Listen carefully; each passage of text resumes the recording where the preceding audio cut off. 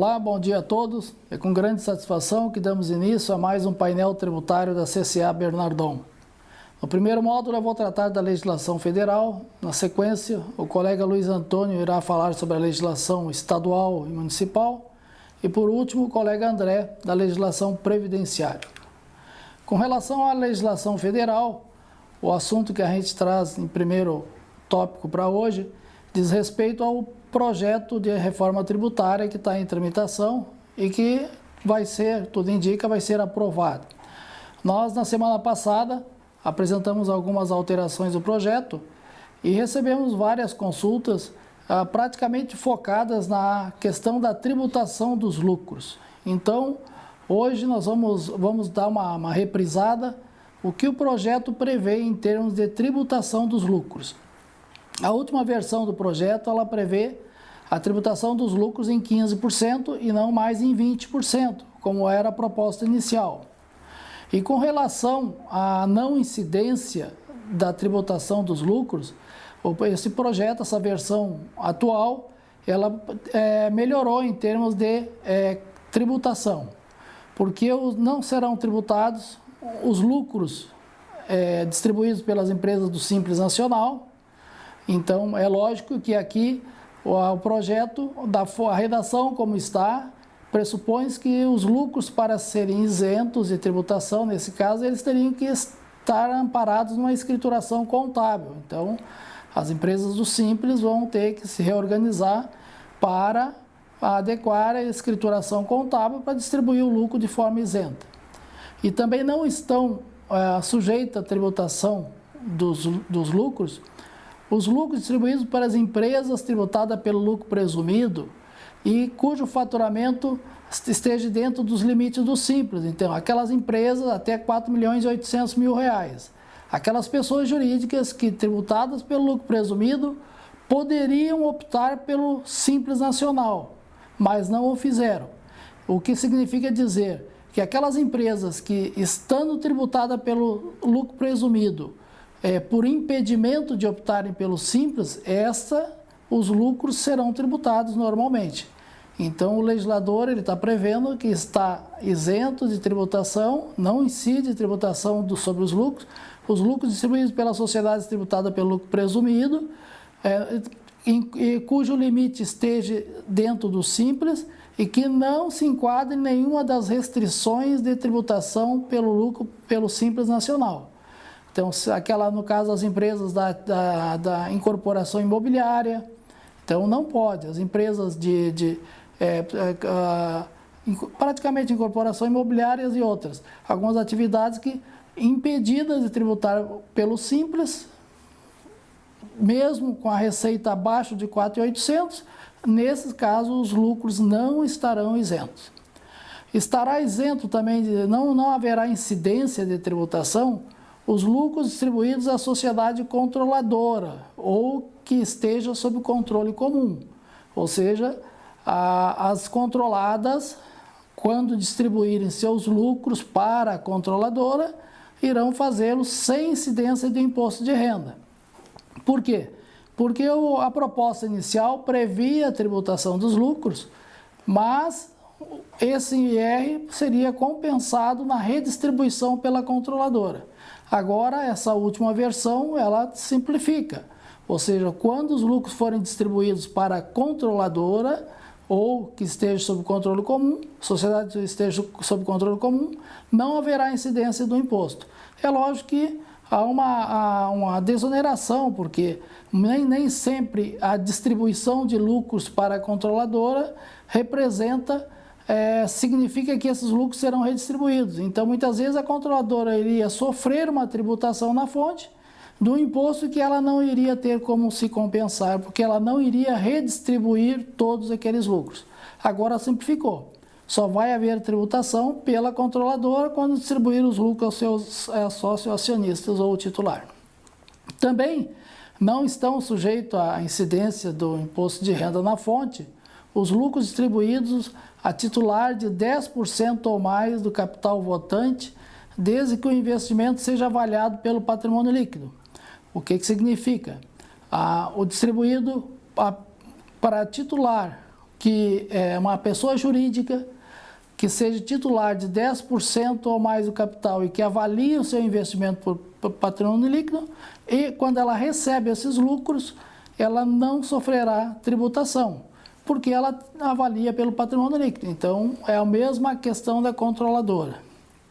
Também não estarão sujeitos à incidência do imposto de renda os lucros distribuídos em decorrência de valores e aplicações imobiliárias. Então, os fundos imobiliários. Também não haverá tributação quando a distribuição de lucros para os fundos imobiliários, porque esses depois terão uma tributação específica. Os cotistas desses fundos sofrerão a tributação de acordo com cada fundo.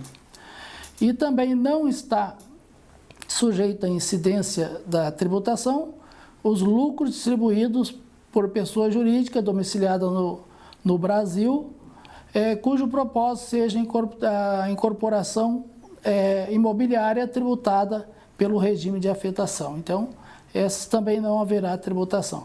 Então, com relação à tributação dos lucros, o recado que a gente gostaria de ter repassado seriam esse, que o pessoal tem consultado e querendo saber qual a previsão de tributação dos lucros. Então, a regra geral seriam essas aí que estão no projeto de lei, que é o que se espera que venham a ser confirmados no futuro. Com relação, o projeto também ele fala sobre distribuição disfarçada de lucros. O que significa? A pessoa jurídica, com o intuito de fugir da tributação de lucros, adotar algum outro mecanismo. Então, o projeto ele já prevê que se classifica como distribuição disfarçada de lucro quando a pessoa jurídica aliena bens por valor inferior ao de mercado ao seu sócio acionista, aliena ou adquire bens por valor superior ao de mercado. Também é uma forma de distribuição disfarçada de lucro. Perde em decorrência do não exercício de direito à aquisição de bens ou direitos em benefício de pessoas ligadas, ou seja, a pessoa jurídica deixa de exercer direitos que ela tem em favor de pessoas ligadas. Também se caracteriza a distribuição disfarçada de lucro. E, por último, uma que é a novidade, que praticamente esses dois primeiros que eu citei já existem na legislação, mas um terceiro aí, que é empresta dinheiro à pessoa ligada se na data do empréstimo possua lucros acumulados ou reserva de lucros apurados a partir de janeiro de 2022. O que significa isso? Que com a nova regra da tributação dos lucros, as pessoas jurídicas não vão mais poder realizar operações de mútuo entre empresas do grupo quando existam lucros sujeitos à tributação disponíveis. Então, o legislador está prevendo. A pessoa jurídica ela pode ter lucro gerado a partir de janeiro de 2022 que estariam disponíveis para distribuir. Se fazer a distribuição, teria que pagar os 15%. O que acontece? A pessoa jurídica, como uma forma de evitar a incidência do tributo, ela faz um empréstimo às pessoas ligadas, só as pessoas físicas ligadas. Ao fazer esse empréstimo, o legislador está já estabelecendo que esse empréstimo, eles se caracterizam a distribuição disfarçada de lucro e haverá, sim, a incidência do imposto de renda na fonte, porque já está sendo considerado como uma forma de distribuição disfarçada o empréstimo a pessoas ligadas, uma vez existindo os lucros gerados a partir de janeiro de 2022. Então, essa é uma alteração nova que está sendo inserida com o objetivo de evitar que as pessoas jurídicas façam um empréstimo, notadamente com o objetivo de não incorrer na incidência do imposto de renda na fonte. Como todos bem sabem, através da Lei Complementar 160 de 2017, houve uma equiparação de todos os incentivos e benefícios fiscais na área estadual à subvenção para investimento. Então, a Lei Complementar 160 alterou o artigo 30 da Lei 12.973 e estabeleceu que os incentivos e benefícios fiscais ou financeiros fiscais relativo ao imposto de renda, imposto previsto no inciso 2 do caput do artigo 155 da Constituição Federal, são considerados subvenções para investimento, vedada a exigência de outros requisitos ou condições não previstas nesse artigo. Então, como regra geral, a Lei Complementar 160 estendeu a todos os benefícios fiscais na área do ICMS o mesmo benefício das subvenções para investimento, quais sejam de a pessoa jurídica poder excluir as receitas de subvenção no LALUR e no LACS para fins do Imposto de Renda e Contribuição Social e não tributá-las, com a condição de que, ao final do período fiscal, essa receita de subvenção ela deve ser transferida da conta de lucros acumulado para a conta de reserva de subvenção e ali mantida, só podendo ser utilizada para aumento de capital social ou para compensar prejuízo. Qualquer destinação diversa dessas, o contribuinte tem que oferecer a tributação. Então, isso é o que está previsto pelo dispositivo da Lei Complementar 160. Ocorre que a Receita Federal, nas suas decisões de consulta, ela tem se manifestado contrária a esse dispositivo legal. Então, a Receita Federal tem dito que, a partir da Lei Complementar 160 de 2017, os incentivos e benefícios fiscais ou financeiros fiscais relativos ao ICMS, concedidos por Estados e Distrito Federal e considerados subvenções para investimento por força do parágrafo 4º do artigo 30 da Lei 12.973 de 2014, poderão deixar de ser computados na determinação do lucro real, desde que observados os requisitos e as condições impostos pelo artigo 30 da Lei 12.973 de 2014, dentre os quais a necessidade que tenham sido concedidos como estímulo à implantação ou expansão de empreendimentos econômicos. Ou seja, a Receita Federal, aqui ela limitou o benefício, no sentido de que só pode ser feita a exclusão para fins de tributação no Imposto de Renda e Contribuição Social, os benefícios que tiverem sido concedidos para implantação ou expansão de empreendimentos econômicos, o que não está previsto na lei complementar. Ocorre que a interpretação da Receita, que ela tem se manifestado através de soluções de consulta, uma delas é a 145, que eu fiz a leitura agora. Essa interpretação restritiva por parte da Receita Federal, ela foi praticamente derrubada. O CARF, no processo do Acórdão 9101-005-508, da primeira turma, decidiu que os requisitos impostos, o requisito de exigência trazido pelo parecer normativo 112/78, que exige que a subvenção para não ser tributada teria que ser destinada à expansão ou implantação de empreendimentos, esses requisitos eles não devem mais ser considerados pela Receita Federal em face da Lei Complementar 160, porque a Lei Complementar praticamente subtraiu a competência da autoridade fiscalizadora tributária de fazer esse julgamento, o que significa dizer que se os benefícios do ICMS foram legalmente concedidos pelos estados e estão devidamente regulamentados, independe se eles foram para expansão ou não, o que significa dizer que não cabe mais à Receita Federal analisar se os benefícios são para custeio ou para investimento, de modo que o que vale é que o benefício fiscal do ICMS tenha sido devidamente reconhecido pelo CONFAS por todos os estados. O que significa, então, essa decisão do CARF, ela derruba a pretensão da Receita Federal de manter aquela restrição no sentido de que só podem ser excluídos da base de cálculo do Imposto de Renda e Contribuição Social os benefícios que foram efetivamente destinados à implantação ou expansão de empreendimentos. Então, essa análise, a Lei Complementar 160 derrubou isso. Então, a Receita Federal ela tem que se limitar a ver se o incentivo do ICMS está devidamente depositado no CONFAS e se ele está válido. Assim estando, não cabe mais à Receita Federal fazer esse julgamento. É lógico que o contribuinte, para ter o benefício da exclusão do ICMS da base de cálculo da contribuição social e do imposto de renda, deve, ao final de cada período fiscal, trimestral ou anual, proceder na transferência da receita de subvenção, que foi excluída no LALUR ou no LACS, para a conta de reserva de subvenção. Essa é uma condição que está previsto na Lei 12.973. Então, se o contribuinte não faz a transferência da receita de subvenção para a reserva de subvenção ao final do período fiscal, ele não tem direito à não tributação dessa receita.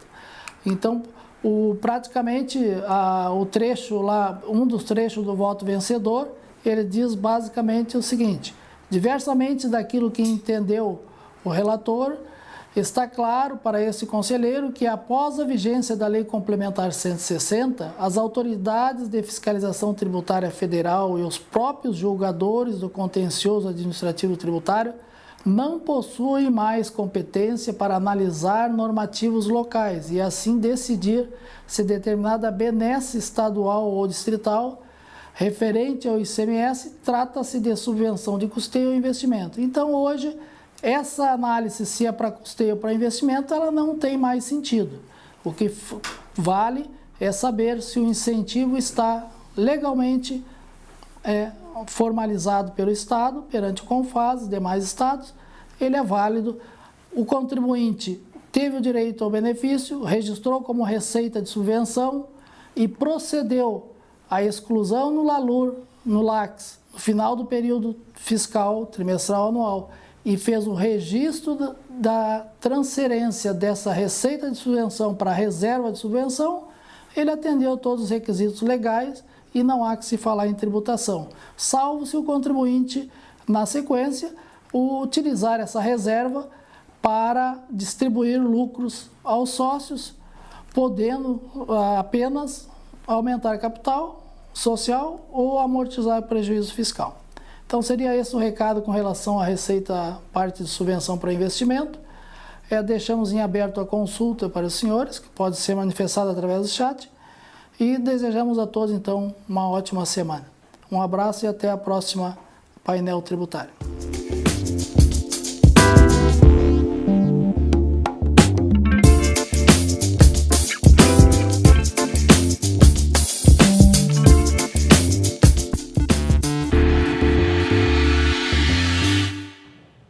Bom dia a todos.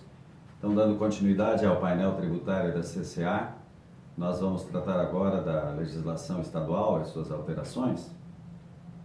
Não tivemos muitas alterações vinculadas à área do ICMS, mas algumas que vale a pena transmitir para os senhores. Tivemos a publicação do decreto 56072, agora no dia 6 de setembro, tratando do Programa em Recuperação.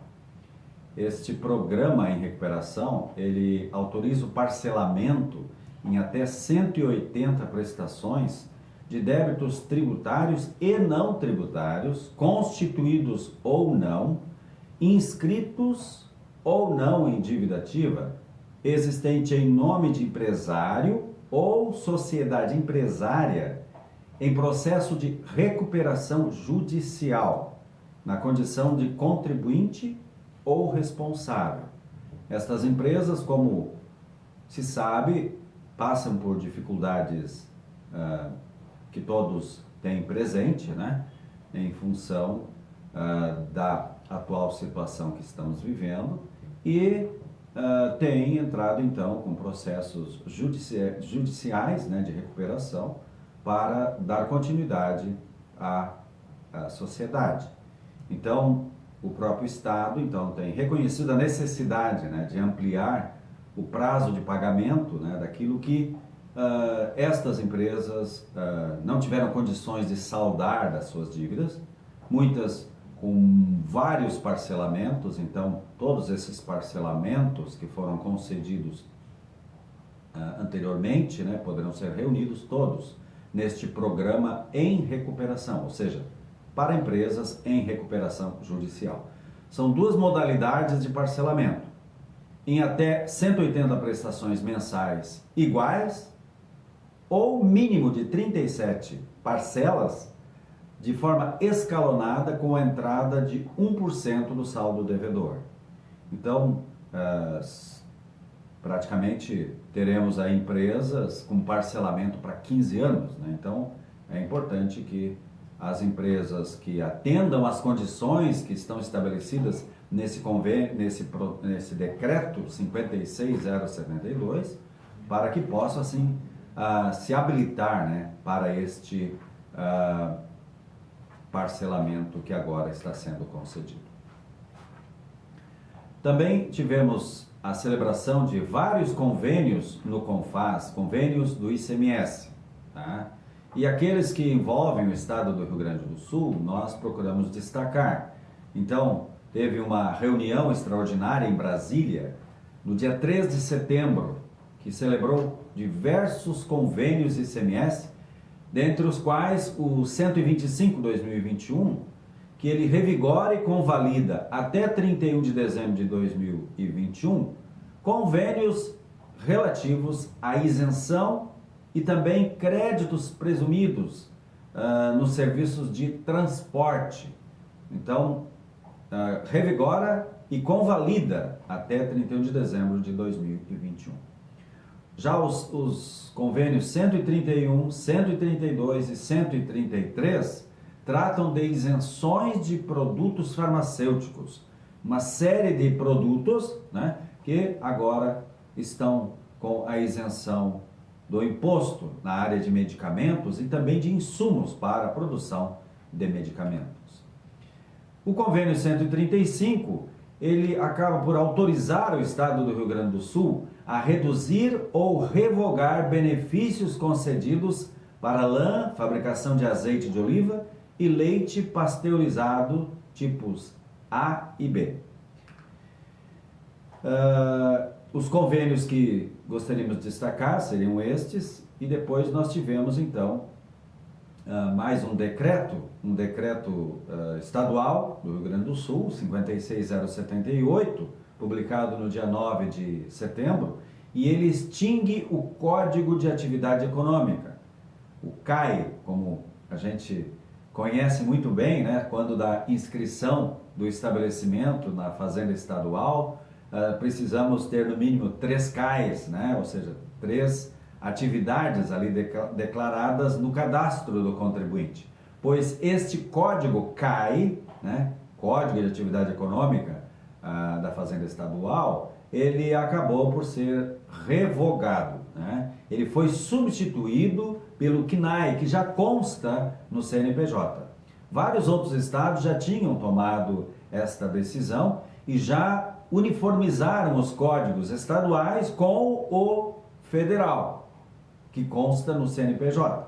Então, com isso, diversos dispositivos, artigos, né, incisos do regulamento, onde temos benefícios fiscais vinculados ao CAE, prazos de pagamento do ICMS vinculado ao CAE e a própria tabela de expressões e abreviações e siglas que constam no regulamento, tudo isso ficou alterado em função da extinção, né, do Código de Atividade Econômica, que foi substituído pelo CNAE do CNPJ. Tá? Então, esse é o principal decreto. Teve mais outros 2 decretos que apenas fizeram algumas retificações de decretos anteriores, mas o principal que gostaríamos de destacar era esse. Depois tivemos algumas instruções normativas, como costumamos chamar, orientações normativas do Estado do Rio Grande do Sul, que servem para a orientação da fiscalização do ICMS e também para a instrução dos contribuintes. A Instrução Normativa 72, ela trata exatamente da revogação da tabela do CAE, porque se nós tínhamos as exigências de informação, né, no cadastro, tal como consta no livro 2 do regulamento, nós tínhamos uma tabela de CAEs, né, lá na instrução normativa, né? Então, os apêndices 6 e 29, né, que tratam do CAI, então ficaram revogados, né, com a publicação desta extinção, né, através do decreto do Código de Atividade Econômica utilizado pela Fazenda Estadual do Rio Grande do Sul. Então, esses modelos e anexos onde constavam, né, o Código CAI, todos então ficaram ou revogados ou alterados na instrução normativa. Tá? Por último, nós tivemos a instrução normativa 73. Ela trata dos veículos autopropulsados e implementos agrícolas, colheitadeiras, tratores, enfim, né? E esta instrução normativa, então, estabeleceu novos prazos para emissão de notas fiscais eletrônicas quando há a devolução simbólica, né? E tem um novo faturamento dos veículos autopropulsados e máquinas, plantadeiras, colheitadeiras, implementos, plataformas e pulverizadores nas operações, então, de retorno simbólico. Então, é mais uma instrução normativa que foi publicada para fins de orientação aos contribuintes e a própria fiscalização do ICMS.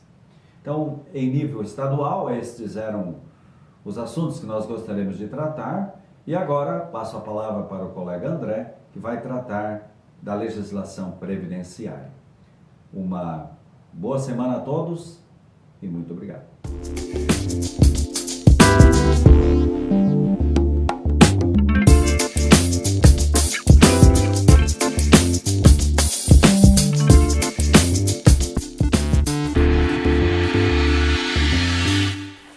Bom dia a todos. Então, dando continuidade ao nosso painel tributário, no tocante às novidades da legislação previdenciária e social, FD-REINF, nós tivemos na semana passada a informação de que foi disponibilizado no portal SPED o arquivo com layout da série R4000 da FD-REINF, que tratam das retenções na fonte do Imposto de Renda, PIS, PASEP, COFINS e Contribuição Social sobre o Lucro Líquido. Esse documento representa uma minuta dos novos eventos que estão sendo criados na FD-REINF e tem por objetivo dar conhecimento prévio aos desenvolvedores de software destinados à FD-REINF. Os layouts já podem ser estudados e avaliados, porém, recomenda-se não utilizá-los, ainda para desenvolvimento de sistemas, pois poderão sofrer alterações. Apesar de questões pertinentes à legislação trabalhista não serem foco dos nossos painel tributário, diante da importância do assunto, gostaria de informar que a medida provisória número 1045, publicada em abril deste ano, e que reeditou o Programa de Manutenção do Emprego e da Renda, o qual já havia sido instituído no ano passado, quando do início da pandemia, acabou sendo rejeitada pelo plenário do Senado. Originalmente, a medida provisória 1045, para quem não lembra, ela tratava e criava a redução ou suspensão do salário e da jornada de trabalho durante o período da pandemia. Contudo, ela recebeu tantos acréscimos através de emendas de deputados que acabou sendo chamada de mini-reforma trabalhista. Com a rejeição pelo Senado da medida provisória 1045, o Programa Emergencial de Manutenção de Empregos acabou não sendo prorrogado, mas isso não significa que o trabalhador que teve seu contrato de trabalho suspenso perdeu a garantia do emprego. Uma das condições impostas para as empresas optarem pelo programa era justamente que os trabalhadores, ao retornarem às suas atividades normais, tivessem a garantia de permanecer no emprego, pelo menos por igual período ao do acordo firmado. Por exemplo, se a suspensão do contrato ajustado entre o empregador e empregado foi por 4 meses, começando em maio e encerrando em agosto, ao retornar, esse trabalhador tem estabilidade assegurada por mais 4 meses, No nosso exemplo, então, essa estabilidade seria até dezembro deste ano. Portanto, se ocorrer a demissão sem justa causa desse trabalhador durante esses 4 meses de estabilidade, além das verbas rescisórias, ele terá direito à percepção de uma indenização por descumprimento do acordo.